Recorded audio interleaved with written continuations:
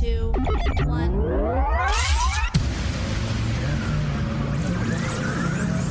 Ready.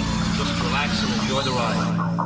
In crowd, 815, in crowd, 815, in crowd, 815, in crowd, 815, 815.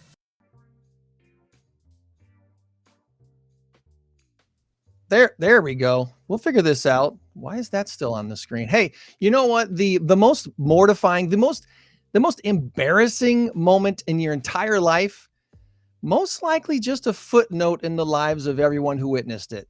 Let's let it go. I'm Greg. He's Tom. This is the 3rd day of August, the year 2024, the latest it has ever been in the history of mankind. And you made it. Congratulations. I don't know why this is I don't know. There we go. Okay. I don't know why that was still popped up there.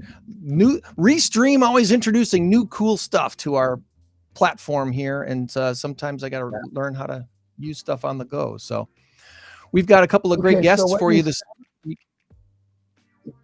Yeah, well, what you said is fine until you realize that somebody actually dropped their pants one time while on stage. No, I'm kidding. I mean, I'm sure it's happened, but I've seen and his videos.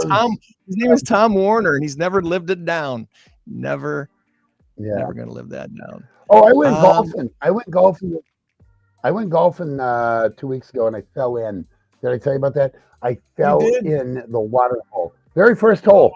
I was going to retrieve my ball because there's one thing I hate about golfing is losing a golf ball. And I only did lose one, and that was it. I went in to try and retrieve it. I knew where it was. I could almost see it. And I stepped in the mud. It carried me out, and I went down. Yeah, I haven't lived that one down yet. So waist deep or chest deep? Not good. That's bad. That's bad. No, on my back. Welcome to the In Crowd 815 podcast. I had it all over my back. For you this my feet. Oh, that's not terrible. That's not good. That's not good. Before we get to our guests, though, we do have this to take care of. First, let's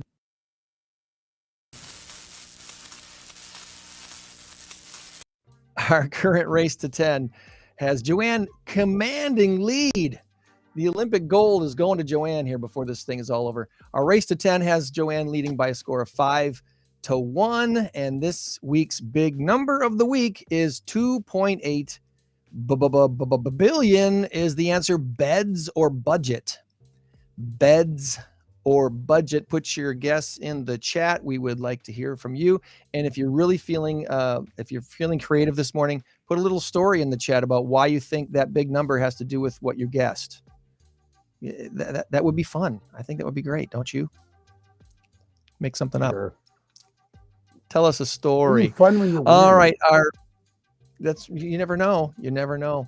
Our first guest this week is all the way out in the Barbed city of Dekalb. And in the Barbed city of Dekalb, they've got something coming up. Go figure. Barbed wire weekend is what they're calling it. And Brad is on with us this morning. Good morning to you, Brad. Good morning, Greg and Tom. Thanks for having me. Thank you for joining us today. Before we get into all things DeKalb County and the Convention and Visitors Bureau and this special weekend, tell us about you. Where did you grow up and go to school, and how'd you find yourself working for the DeKalb County Convention and Visitors Bureau? No, sure thing. I'm very much a part of the 815, gentlemen. I was born here in DeKalb, although I wasn't raised here. My parents were originally from South Beloit. And so shortly after I was born, moved back to South Beloit. So I grew up in South Beloit in Rockton and went to Hononegah High School. And then back to NIU to go to college. Spent 4 years here in college, and then got my first job, believe it or not, in the media business, doing radio. Started at WRHL in Rochelle. Did some radio at WLUV up in beautiful Loves Park, Illinois. Oh, the Love Pump. Joe Salvi. Legend, Mr. Salvi. Yeah, I worked for him as well. Yeah, was the voice of the McChesney Park Harlem Huskies for a couple of years. Yep. But some people of a certain age may remember my time as a reporter and anchor and sports anchor up at WIFR in Rockford, All where I right. worked for 5 years, and what a great experience that was, working with some great people and a lot of great memories up there, and really kind of cut my teeth in the media business. And I came back to NIU, got an opportunity to produce our coaches shows and do a lot of promotions and marketing on the video and media side for NIU. And I did that for over 20 years. Produce our coaches show, Inside Husky Sports. I was the host of that show for 10 of those 20 years, besides being the producer and director. And then I moved into university administration, and I was our media relations director, did our marketing and communications effort, and I was a spokesperson for NIU, and then came full circle and went back and did a little bit of fundraising for NIU athletics. So all total, I worked 30 years at NIU, but part of that time, I was also got involved in the DeKalb County Convention and Visitors Bureau. And that's our destination marketing organization for DeKalb County, very much like the Rockford area CVB up in the Rockford neck of the woods. And I was on that board for about 11 years and was the chair of the board. And when I cycled off the board and retired for NIU, they hired me, foolishly enough, to kind of be a jack of all trades. And my title is Special Projects manager, and it's a part-time gig, but very much we're doing something every day, and we have a great team. It's a small team, but a great team. Our executive director is Courtney Strohacker. Catherine McLaughlin is our marketing director, and then we have a great marketing assistant, Alexis Avalos. So we call ourselves small but mighty. But it's a great group. I'm kind of like Grandpa Brad, guys. But I tell people, they're like, "How are you enjoying retirement, Brad?" I said, "I'm failing it miserably and loving it." That's a good way to look at it. That's a great way to look at it. Yeah, it's a great job. And if you would have asked me, 10, 20 years ago, would I be employed in tourism, travel in the area, and I probably would have said, well, I'd be involved in some way, maybe through my efforts on the board, but I didn't think I would be employed by it. But it's really, with everything that I've done throughout my career, it's kind of a great fit. When I was at NIU, people said I was one of the biggest cheerleaders for NIU, and I'm still a big cheerleader for NIU as my alma mater, and working so closely with the institution. But now I get a chance to be a cheerleader for all great things in DeKalb County. And so that's why I'm excited to be with you here this morning. For those who don't get out to DeKalb or Sycamore very often, we hear about the Corn Fest, right? And maybe we hear about Barbed Wire Weekend. Is there what is there? And of course NIU, all things NIU. What is there something that you could say is maybe one of those little known facts that this is something that one of the gems of DeKalb County that people tend to overlook, that you're kind of confused why they overlook it? That great question. And I'll give you a couple of things. One of the things that we have here is we have some great makers.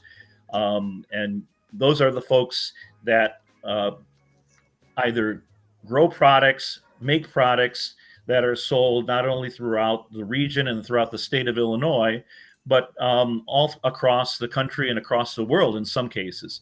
And we have 5 organizations or 5 businesses that are a part of the state of Illinois' Illinois Made program. And among them are our distillery, Whiskey Acres, located in DeKalb, award-winning spirits, including some fantastic bourbons and ryes. Jonah Mac Orchard, which is opening here in just a few weeks at the end of August. Obviously, it's an apple orchard, but they have a corn maze. They have a visitor center there, a cider house, they call it, Fantastic apple cider, hard cider, amazing destination to go in the fall. We have 2 wineries, Prairie State Winery in beautiful Genoa and Waterman Winery in Waterman, Illinois. And so these are what we call our Illinois makers. We also have Angie Sugar Buzz Bakery down in Sandwich, Illinois, and Sub 70. And I heard Tom talking before we went on about golf. And Sub 70 is based in Sycamore, and they make high-end golf clubs, but for a very bargain price. And how good are their golf clubs? We have there's several professional golfers on the PGA Tour, on the Senior Tour, on the Korn Ferry Tour that are playing their golf clubs. So that's kind of some of the hidden gems that we have here in DeKalb County, and great places to visit, to explore, and to partake in when they pay a visit to us. Nice. Tom will take some of those clubs. I need some. They're fantastic. It's online. You can go to their shop right in downtown Sycamore on State Street and get a fitting. And we're online. If you check them out online or check out some of their videos on YouTube, it's just a fantastic brand, and we're very excited that they are now designated as an Illinois maker, an official Illinois maker through the Illinois Office of Tourism. Cool. You didn't lose a club when you fell in the water hazard, did you, Tom? No, I did not. I just lost my dignity and 1 golf ball. Wow. A moment I will never live down. Well, and the 3 people that saw it with you, right? So you're okay. We're all right. Yeah. No other video evidence. Barbed Wire Weekend is a ways away yet, but it'll be here before you know it, right? So tell us, what is Barbed Wire Weekend? Well, as you mentioned, one of the legacies of the DeKalb County area, and in DeKalb in particular, is barbed wire, and of course our barbed wire barons, as they are known. Joseph Glidden is one of them, and the others are Isaac Elwood and Jacob Haish. Not only were they purveyors of barbed wire, it was a massive industry in the late 1800s. They were among the richest men in the country at that time, and they also were the founders of Northern Illinois University. So 3 very instrumental historic figures that are celebrated and renowned even today. And but this is going to be the 150th anniversary of the patent for Joseph Glidden's winner. And that is the design that really was the, I guess, the launching for the catalyst for the explosion of barbed wire. And so to commemorate that anniversary, the Glidden Homestead, which is run by a descendant of Jacob Haish and Jesse Haish LaRue, and the great board that they have over there, they are hosting a barbed wire weekend, which is scheduled for September 28th and 29th. Now, there is a barbed wire society that really these are fans and groups that study barbed wire and that celebrate barbed wire, and they have conferences all over the country, annual conference. And since this is the 150th anniversary of the patent for the winner, they're having their conference here in DeKalb at Northern Illinois University on that weekend. So along with the conference, there's going to be various events that will be celebrating that. There'll be events at the Glidden Homestead, which is right on Route 38. Essentially, the backyard for the Glidden Homestead is Northern Illinois University. That property that was owned by the Glidden family, and part of it also owned by the Elwood family, that eventually became the Castle on the Hill, Altgeld Hall, and Northern Illinois University. So it's literally almost on the grounds of Northern Illinois University. That's where barbed wire was invented. So very easy to get to, but there will also be tours of various farms in the area, historic locations. Obviously, the Elwood House, which is a beautiful mansion maintained by the DeKalb Park District, and that is nearby. in DeKalb. And so there'll be a lot of different events associated with that. There'll be a dinner, but it's a big weekend here. And so there's not only Barbed Wire Weekend, but there's other things going on in DeKalb and DeKalb County on that weekend. So we're really excited to have these people coming from not only all over the country, but really all over the world to celebrate this invention that essentially changed the world and continues to make its mark today. I put the link in the chat so people can get to the website really, really easily. Great. Anyone who's not been involved in the farming community at all probably has no idea how much barbed wire is used and how prevalent it is across the country. And it's once you kind of stop and think about that, it's no wonder that the guy who invented the best form of barbed wire got stinking filthy rich. Yeah. But the one thing about these gentlemen, the barbed wire barons, obviously Joseph Glidden, Isaac Elwood, Jacob Haish, but they were also, the reason that they're celebrated today, and if you come into the community, you see their names everywhere, along with other individuals from that era, is that they were very philanthropic. And so they've established a legacy here and really helped develop DeKalb, Sycamore, DeKalb County, and of course, Northern Illinois University. So these were, more than just gentlemen that were, very creative, obviously very innovative. There's a lot of agricultural innovation.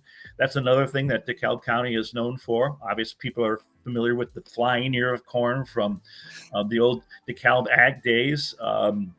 But these folks made a mark by giving back to their community, and that's why they're so celebrated today. And that's why there was other forms of barbed wire, but what these guys did, particularly Joseph Glidden, who was the first one, they created a technique that it could be mass produced. Right. That's the reason why it was such a big deal back there in the 1860s, and why it's still a big deal today.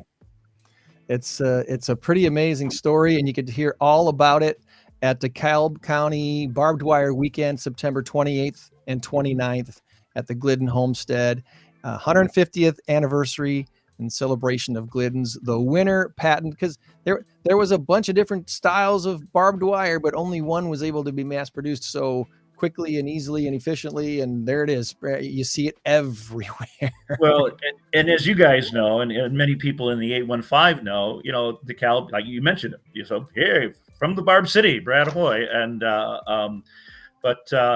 and the name of the high school mascot are the Barbs, Barbie Crow. So so it's very much ingrained in the community. One of the things during Barbed Wire Weekend, and folks that are going to come down and visit during that time, the merchants on Saturday, the 28th, will be having their back alley market. That's something that they have a couple of times a year, one in the fall and one in the spring. And that brings in hundreds, if not thousands of people to check out some of the different items, and it's a flea market, not only for local merchants but for people from all over the region. And so some of the businesses are participating, and they're going to have their windows painted. There'll be a barbed wire going all around through the downtown DeKalb on our merchants' windows. So that'll be something very cool to see. And then on Sunday, the 29th, is our annual DeKalb Corn Classic Road Race. And that will bring in hundreds of folks to the county, and in DeKalb in particular. So there's a lot going on that weekend. So I encourage folks to come down for the entire weekend, see all the historic places that we do, go to these events, stay in our hotels, and visit our fantastic restaurants and attractions that we have here. There's a lot more to do and see in DeKalb than NIU. It's a whole lot more than just that. So, all right. Well, before we such a beautiful area, before we get to trivia, we're gonna bring on our second guest here in just a second. So Andrea, be standing by. Before we bring Andrea on and do a little Tom Warner trivia, anything we didn't ask you about today, Brad, that you wanted to make sure we touch on before we move on? Well, some you talked about Corn Fest, and that's coming up at the end of August. There are some really big festivals and events coming up. You mentioned NIU. NIU football kicks off on August 31st against Western Illinois.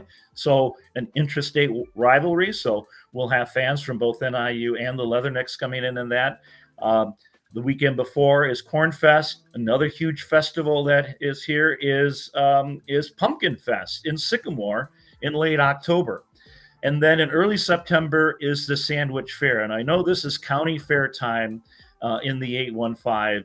When you're talking about the Winnebago County Fair, the Boone County Fair, the DeKalb County Fair is called the Sandwich Fair, and it's in Sandwich. And it is one of the biggest county fairs. It's a big deal. Illinois. It is huge. And if folks haven't been there, I encourage you to take the trip down to Sandwich in the southeastern corner of DeKalb County. It is a experience. So that's in early September. I think it's September 5th through the 8th. So we've got a lot going on in the fall, but still some fun things coming up here in the weeks ahead. Awesome. Good deal. For all things DeKalb County, check out the website, dekalbcountycvb.com. Absolutely. Link is in the chat. Easy to find. And a lot of fun to be had in the DeKalb Sycamore Sandwich area around all over DeKalb County. Andrea, you ever been to DeKalb County? I've been to DeKalb County a few times, and I'm looking forward to that Sandwich Fair because Riley Green is playing there this year.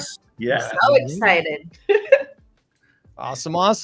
Well, before we get into all things Andrea and Blue 815, it's time for some Tom trivia. I need a sounder for you, Tom. I got to come up with something. For now, we're just going to do this right here.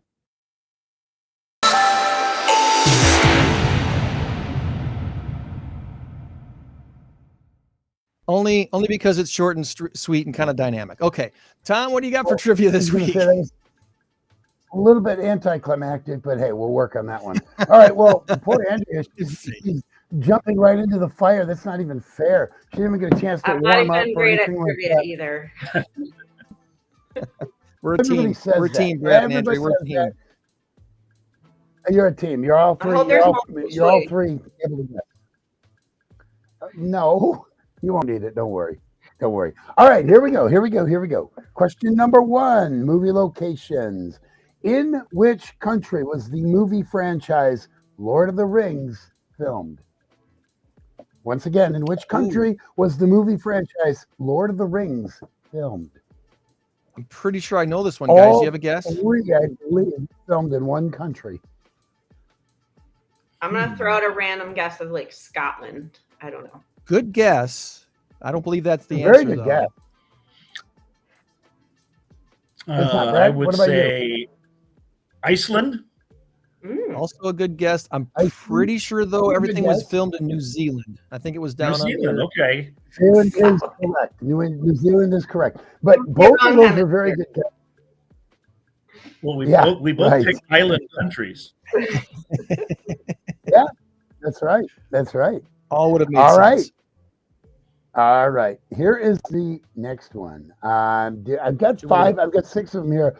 On with 3 of them. Here we go. How many points do you need for a victory in a game of pickleball?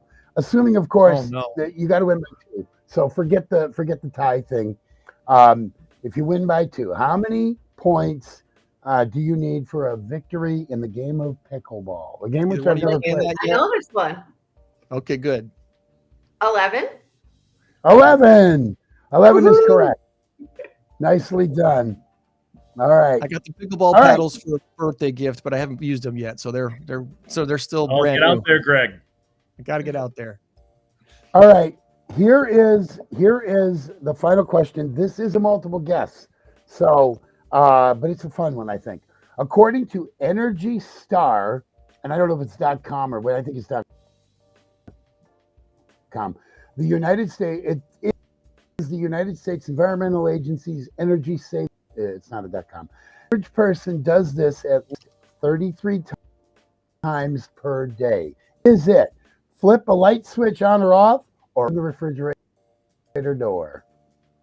Once again, Ooh. according to United States Environmental Agency Energy Saving Program, every person does this at least 33 times per day. Is it flip a light switch on or off, or open the refrigerator door? Here we go. I'll jump in and get. Bananas, by I'll the take way. the first guess.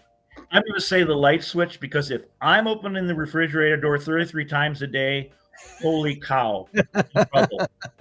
I agree with you, Brad. I don't know. Do you have any opinion on that, Andrea? Well, I'm home all summer and don't work in the summers, and I would go with opening the refrigerator based on my own habits. Andrea is the winner. Look at that. She comes in with no Andrea gets practice, bonus no point. nothing. She nails it. She nails it. Way to Wow. go. Andrea gets You know bonus what's really point. funny? Brad, you are exactly right. If you open the refrigerator 33 times a day, you're going to weigh about 8,000 pounds. I went by the refrigerator yesterday and I Thank opened you. it up. I'm like, what am I doing? I shut it. We're off to a great And then I went and start. let my dog out.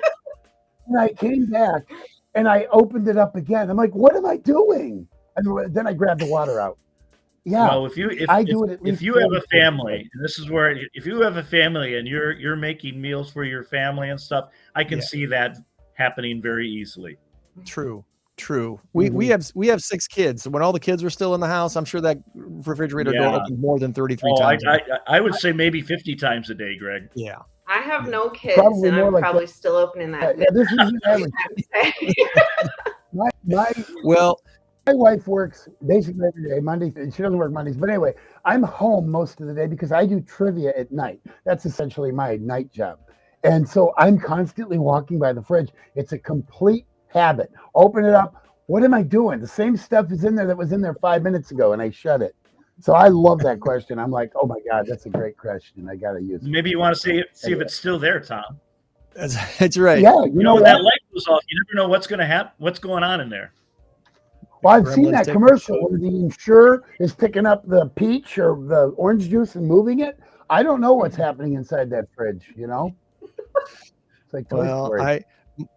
my mother-in-law has a sign in her kitchen that says, "Thou shalt not weigh more than thy refrigerator." So I will leave it at that.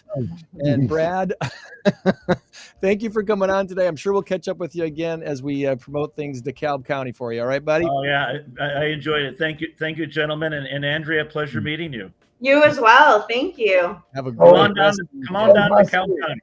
Go Huskies. Go Huskies. Go Huskies. You got it. Yeah. There goes Brad from the DeKalb County Convention and Visitors Bureau. And Andrea joins us now. You are in Loves Park. Are you in Loves Park? I'm in Rockton. You're in Yep. Rockton. Okay, you're a Yep. Rockton gal.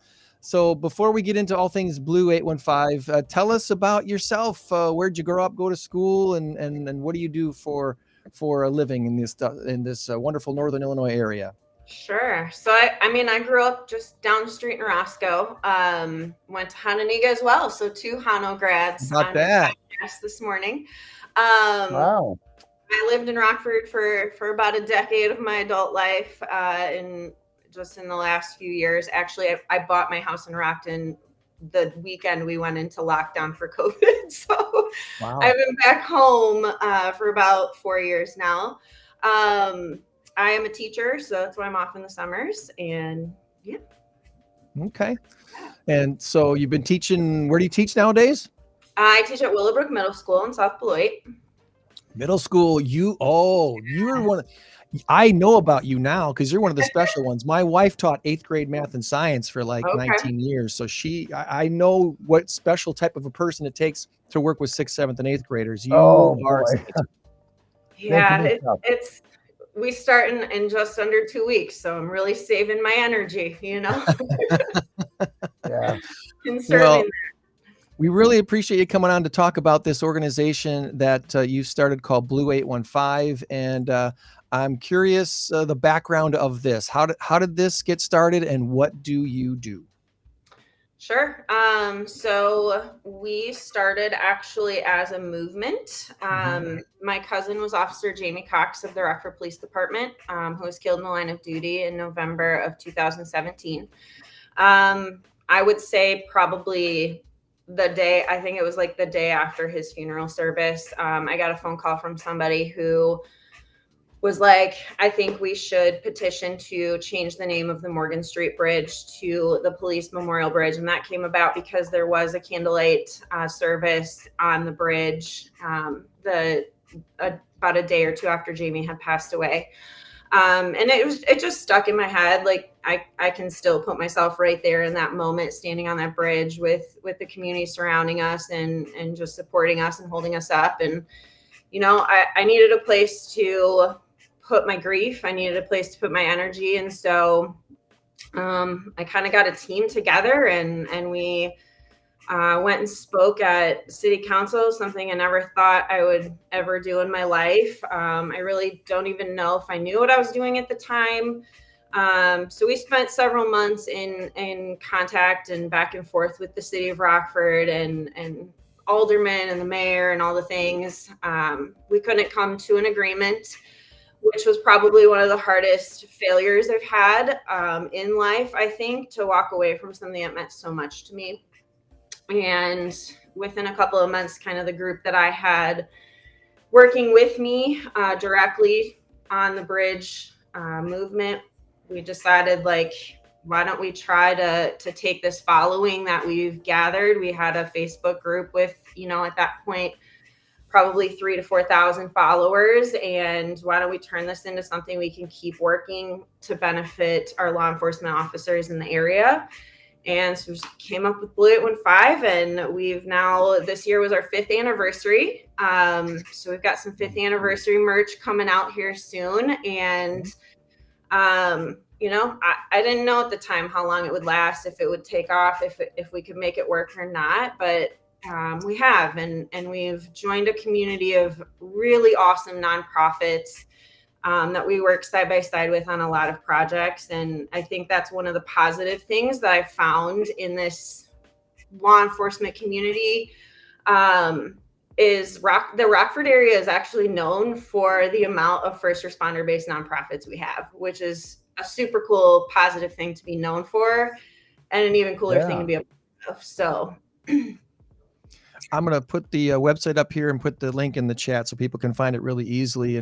And for those who don't know the story of your cousin Jamie, can you kind of briefly sum up who he was and what he did? Yeah. So Jamie was more like a brother to me. Our dads are triplet brothers. And he grew up in the Roscoe area as well. I mean, we spent every holiday together. We were together all the time. And he hadn't even been with the Rockford Police Department for a year. Prior to that, he was with the Illinois Conservation Police.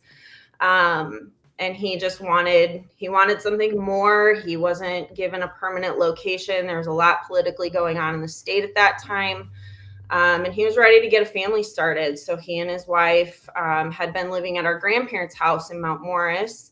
And they bought a house in South Beloit, and he joined Rockford. And, you know, within a year, life completely took a turn that none of us could have seen coming. And so he had joined, my brother is also a Rockford police officer. And so he and my brother were working out of the same district, opposite shifts. And so on the morning of November 5th, a traffic stop went wrong, and life completely flipped on its head for all of us. He was a veteran. He was part of the Army National Guard. He had served overseas. He had actually started with the Army National Guard while he was still in high school. So he literally spent his entire life in service to his country, to his community. And so, you know, we now have 2 organizations that were founded in the wake of his loss. The Jamie Cox Foundation is run by his wife and my brother and some other friends and family that are on their board. And then I took on the Blue 815 role. So that's an important distinction, is there are 2 separate organizations. It's not one. Correct. Yep. We are 2 separate organizations. We partner on a lot of events, and I'm kind of a common person that you're going to see at their events and ours. So it kind of gets a little bit confusing for the community, but we are 2 completely separate organizations with 2 different boards. And I only sit on Blue 815's board. Okay. So this 5-year anniversary this year, is there any special events that you wanted to make sure we know about coming up in this fall area, or is there anything else about it that you want to make sure we all know about? Yeah, so we do have some events coming up. I guess I didn't really answer the question you asked about like what we do. So we do have 4 pillars. I see you have our website pulled up. So up at the top, our 4 pillars are listed, which are building awareness, bridging citizens and law enforcement, empowering support, and honoring our fallen. So everything that we participate in and that we are putting our time and efforts towards are falling under one of those 4 pillars. And a lot of times everything we do is kind of crossing into all 4. So social media is a big piece of what we do for all 4 of those things. We're building awareness through our social media pages. We're on, we have a group and a page on Facebook. We have an Instagram. We're on TikTok. Not quite as active on TikTok, but we are on TikTok. We are, trying to be a part of as many events as we can. We're a small group. I have 6 board members total. And so we kind of spread ourselves thin to be a part of as many things as we can, given that we all work full-time jobs as well. Today, for instance, is the anniversary of Detective Rice's end of watch. And so, as soon as I get off of here, that's the first thing I'm going to do is put up a post to honor him. I talked to his daughter yesterday, made sure she knew that I was thinking of her, and our group has their back. So just making sure that the families feel supported and know that their hero is never going to be forgotten as long as we exist in this community. That's one of those. Tom probably remembers this too. It was Kevin Rice, right? Kevin was. Yes, it was. Just. I used to work with his mom. Yeah. Okay. Yeah, still remember. Yeah, it's like interesting, like those, a lot of people obviously in the community remember exactly where they were when they heard the news of Kevin's loss, and same for James. Like people will never forget those moments that are ingrained into our community, and really reminders, I think, and between Kevin and Jamie were 16 years where we didn't see an officer killed in the line of duty in our community. And there was no social media at the time of Kevin's loss. And so it was just a really big, a big difference between the two. In that case, it's more in people's faces now because people are scrolling the internet nonstop and scrolling social media nonstop. And so, it's kind of like you have to take that and turn it into something positive and make sure that people understand. When Jamie was killed, one of the things we heard the most was like, I didn't realize that this happens as often as it does, and I didn't realize that. I remember my brother saying, one of the first few days that it happened, there's already been 2 more officers killed since Jamie in the last couple of days. And I was just taken aback, like, what? There's other people that are dealing with this same horrible thing that we are right now. And just in the last few days alone, there's been over 24 officers, I believe, shot across the country. And these are things that you're not seeing on mainstream media. So if we can share about those things and provide a platform for that information to get out there, that's what we want to do. Yeah, you're referencing a couple of 3 officers were shot yesterday, I believe it was, in Miami. Dade County. And, there were actually there's another shot. I don't remember exactly where as well. And there were there was one that was killed in a car crash that we posted about last evening in Memphis, and another one critically injured in the same crash. I mean, it's just ongoing, and the second something bad happens on the other side, it's all over. But I have several friends who are police officers. I was actually studying to be one long time ago, and it just didn't pan out for me. But I'm very blue friendly, and everybody should be blue friendly.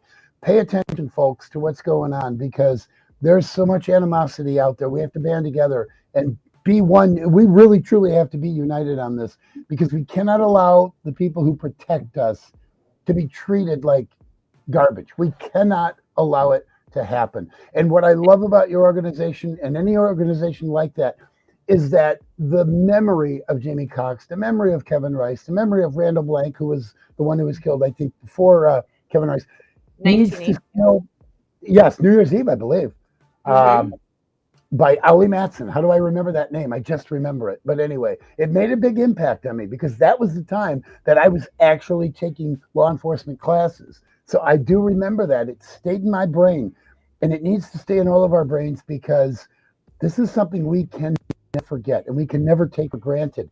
These men and women are putting their lives on the line every single day. And if you're the spouse of a police officer, you don't know if he or she is coming home that night. That's a horrible thing to have to live with. And God bless everybody in the law enforcement community, and God bless you for doing this. And I'm so sorry for your loss. You know, it's awful, but keep the memory going so that we never ever forget. Yeah, and I think that's like one of the problems with, social media is like it's here today, gone tomorrow. And if it's out of your sight, it's out of your mind. Like that's kind of how we've been trained. And that's, something that we do is try to keep it in your mind. Like you might get tired of seeing it if you're seeing our posts all the time, but there's also people that aren't seeing them at all. And so if it pops up on their feed once in a great while, like that, then they remember, for even a second. And I think that's another thing, like that we want to touch on is like the families of law enforcement officers really go through hell every shift. It's in the back of your mind, whether you're presently thinking about it or not. You're obviously trying not to. You've got other things in life, but in 2020, our community saw protests, and there were social media groups out there filming live, and my sister-in-law and I sat on the couch in tears watching my brother and his colleagues form a line across, the District 1 lawn and get bricks thrown at them and all these things. And like, we're watching that and watching people scream in their faces and horrible, horrible things be said, and that time we provided a safe place for our Blue families, and we've been told that so many times. Like, I know your page is a safe place that I can go on Facebook or I can go on social media and remember that we do have support, because you don't always feel like you have support. And a lot of people aren't willing to publicly tout that support because it comes with backlash, Yeah. Right. It's unfortunate that a lot of it gets politicized, especially when you look at the force that we have, not just in Rockford, but across the country as well, how diverse it really is. And I'm not just talking skin color. It is a very diverse force of people who are trying to keep the public peace. Yeah. That's what it's all about. We do have events coming up that kind of are meant to also kind of bring that education piece in and give the public a little bit of a firsthand understanding. We have a big event coming up with Loves Park Police Department in September. So it's going to be September 12th at Loves Park City Hall in the evening from 6 to 8:30. It's going to be called Lights and Ladders. And we were a key part of helping them plan. They wanted to do, something different that hasn't been done in the community. And we had this excellent idea that we had seen done in another, up in Janesville, actually, for a community event where they had set up different stations that community members could participate in. And so that's what we're doing with the Loves Park Police Department. We're going to set up, it's going to be all different first responders. So paramedics are going to be teaching how to put on tourniquets, and you can the public actually will get to practice doing that. The fire department's going to set up some sort of a smoke demonstration, and the public can figure out how to crawl their way through the smoke maze. The police department, one of the ones I'm excited about, is they're going to have a use of force demonstration where the public can participate and they can actually see the quick response that's required when they're determining the level of use of force to use in their jobs. We're going to have a traffic stop simulation, because a lot of these officers who are killed in the line of duty, this is happening during traffic stops. and people are scared, and there's really a way to go about it where, you know, it's going to cause minimal issue if everybody's on the same page and understanding what has to happen during that. We're going to have like a DUI simulator. And so just another way that we can educate the public and kind of give them, as best as we can, I think, a firsthand view at how these first responders do their jobs. Awesome. That's awesome. And if somebody wants to support you, there's a volunteer page. There's a volunteer link, I should say, on your website. There's also this financial support grant application to take a look at, all on blue815.org. We got the link in the chat for you there. Another event coming up, the 5th annual Back the Blue Boat Parade coming up August 18th.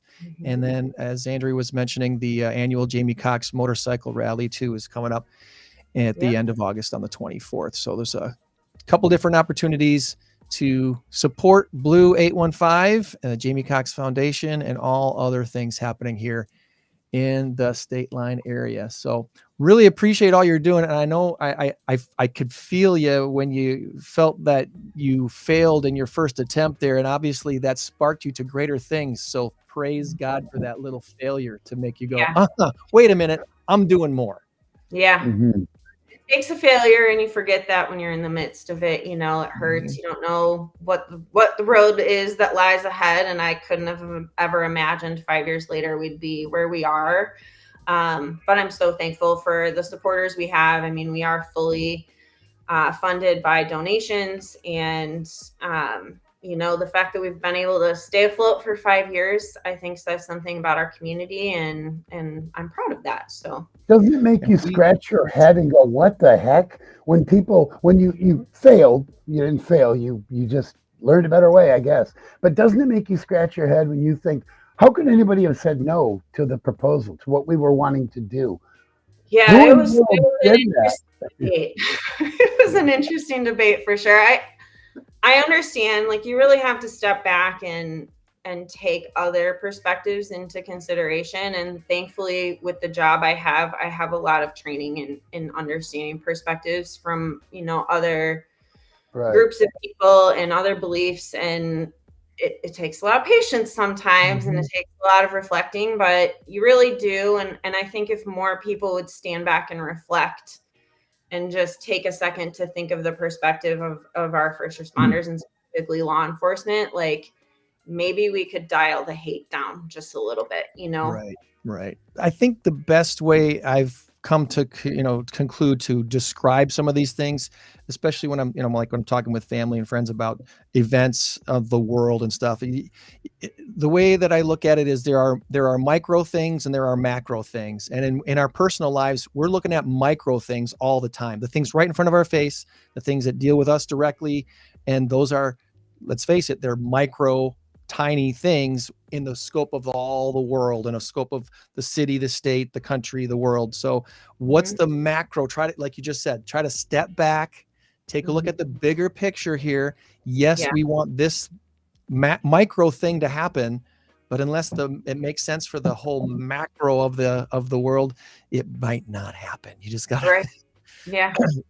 you just got to pull up your pants and you put on your boots and go on and find something else to work at. And it doesn't mean give up. It just means, okay, let's refocus this and find something that makes more sense for the well, and I think there's just a lot of stereotyping that happens. Like, one group doesn't want to be stereotyped for one thing, but then they're stereotyping another group, you know, right alongside it. And it creates so much chaos where we all really, I think, when it comes down to the basics, want the same thing, you know, and we want everybody to go home safe, whether it's the guy that's getting pulled over at the traffic stop or the officer that's pulling him over. You know, we just want both parties to go home safe, and it doesn't work out that way a lot of the time, and that's really sad to think about.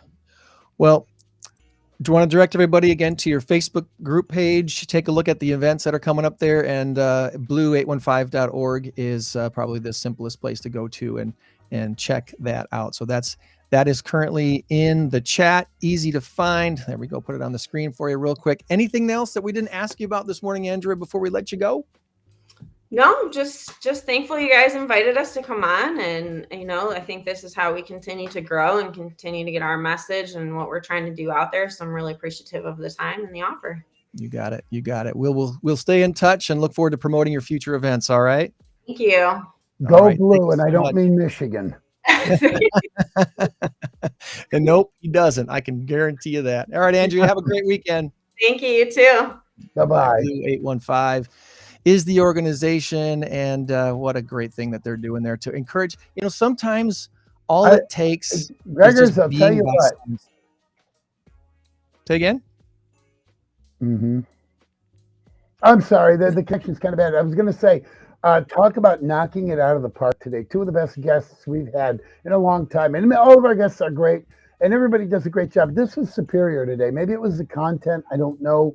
But this was Kudos amazing. to Hononegah High This was School. absolutely Oh, Both Hononegah. absolutely. Absolutely. You know what I wanted to ask Andrea, because she looks to be near the same age, I'm thinking, as, say, Danica Patrick, Nicole Briscoe. They went to Hononegah at the same time. They're friends. Nicole Briscoe is an ESPN analyst, and obviously Danica Patrick, middle 90s, I believe, middle to late 90s. I'm wondering if she knew them or went to school with them or whatever. Anyway, it was yeah, I'm not Well, before we wrap age. things I've up learned today, to do that, but no, don't do that. Don't get us in trouble. Couple of quick shout outs for everybody today, Yeah. Tom. Want to say a shout out real quick to the Rivets and their awesome rebrand for the couple of fun things that they did as the Screw City Sock Monkeys. They had fun with the Screw City Sock Monkeys logo that they created, and it was very, very fun. Kudos to that. Tonight they're doing the Rockford Peaches again for the last time for the season. And so keep your eyes out there on the social medias for Rivet stuff. They're doing some great stuff on social media, and they're going to be hosting their first playoff games in 10 years.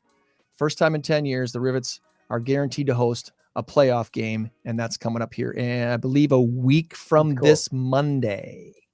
Yeah. Shout out real quick to Starlight Theater as they wrap 10 years. It's been 10 years since they've hosted a playoff game. Okay, they weren't quite the Rivets then. They've been the Rivets.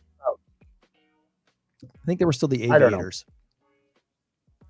Yeah, I think so. Yeah. Starlight Theater wraps up their season real quickly tonight and tomorrow night. Your last chances to catch Newsies, and then next week it's Beauty and the Beast, an all kids cast that's going to blow you away.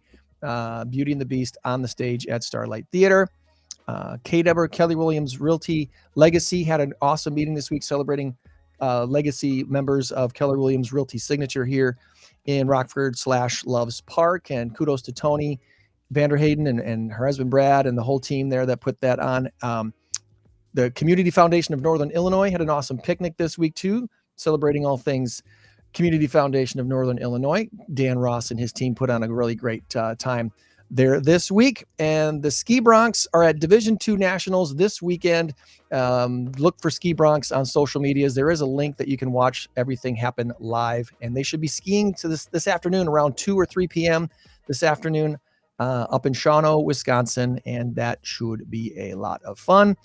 Before we go to our big number of the week, our masked karaoke trivia contest, it's now been released to the public as promised. October 17th, at the Hilton Garden Inn in Rockford, we are hosting something called the Masked Karaoke Trivia Contest. Not-for-profits and the businesses that support them playing trivia and karaoke combined contest to possibly win some awesome money for their not-for-profit. For details, connect with us. We only have room for 10 teams. We have to cap it at 10 teams. That's all the space we've got. And so far, we have 2 of the 10 already spoken for. So 8 remain as of this morning. So let us know if you want to participate. It's going to be probably the most fun event you've been to all year long. It's going to be a blast. Well, except for the Packer game I'm going to in about 6 weeks. That's, well, there's that too. Yeah. Joanne has sent me her guest, Tom. She's not able to connect this morning. So let's do this.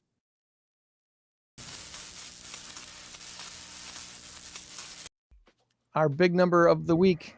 Race to 10 has Joanne leading by a score of 5-1. And our big number of the week this week is 2.8 billion. You sent me a guess, and let me check there. You said the answer was beds, not budget.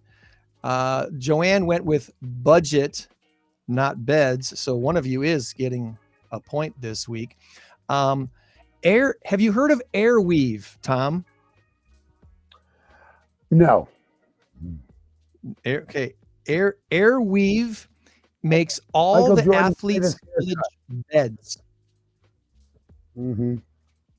for the Olympics and the Paralympics. For Paris, that means over 16,000 beds. Airweave is a Japanese company. They took over this they make resin fiber in cushions and mattresses, and each bed contains 3 mattress pads. Depending on the density of the fiber, they range from soft to extra firm. So athletes can arrange the pads to their preference. One athlete might want an extra firm pad for their shoulders, but another might prefer firmness for their legs. So you can move the pads how you want them on your bed. They're pretty ingenious, and they're made out of like a corrugated material. So they're easy to fold up and move and put somewhere else.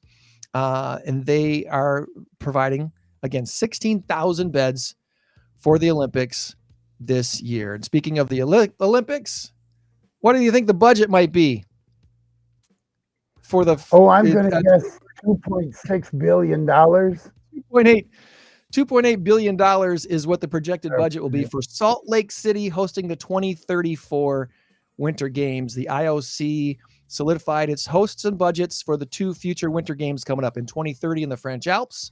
That'll run about $2.1 billion. And in 2034, Salt Lake City at $2.8 billion. So congratulations, Joanne. You are making Joanne's on the move. That's amazing. All right, friends, I got a bolt, and it's been fun. Thanks to Brad and Andrea for joining us this week. DeKalb County Convention and Visitors Bureau and Blue 815. Remember, next week, Mary Cassiope from what used to be called One Body Collaboratives, they have a new name, Bridges to Prosperity. We're going to talk to her about all that next week here on the In Crowd 815 podcast. Until then, remember, you change the world when you help one person. Be a blessing to someone this week. We'll try to do the same and meet you back here next week for another In Crowd 815. Buddy, have a great weekend. Be safe. You too. We'll talk to you later. Bye-bye. Bye. In crowd.